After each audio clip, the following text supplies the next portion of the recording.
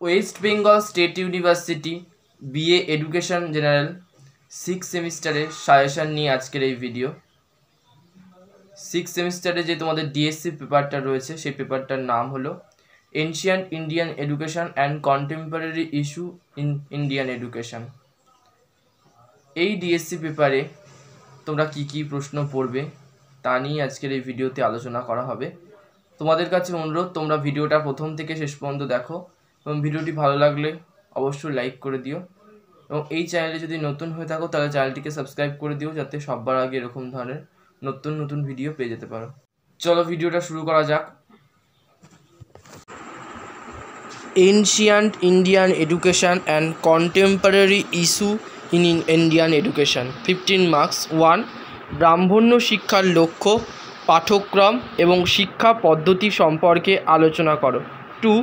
প্রাচীন ভারতে ব্রাহ্মণ্য ও বৌদ্ধ শিক্ষা ব্যবস্থার তুলনামূলক আলোচনা করো। বৌদ্ধ শিক্ষা ব্যবস্থা কি গণতান্ত্রিক ছিল? 3. ভারতবর্ষে নারী শিক্ষার সমস্যাগুলি আলোচনা করো। এই সমস্যার সমাধানে তোমার মতামত দাও। 4.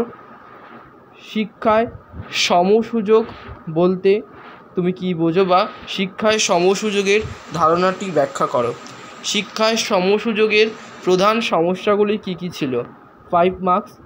প্রব্রজা ও উপসম্পদা বলতে কি বোঝায়? 2. বৌদ্ধ শিক্ষার শিক্ষা পদ্ধতি সম্পর্কে আলোচনা করো। 3.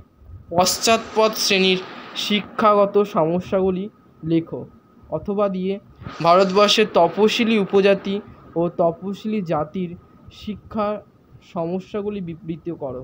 4. বিশ্ববিদ্যালয় মঞ্জুরি কমিশন বা ইউজিসির কাজগুলি লেখো। 5.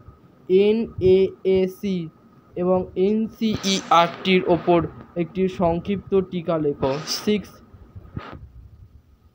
শিক্ষার অধিকার আইন 2009 এর উদ্দেশ্যগুলি কী কী ছিল?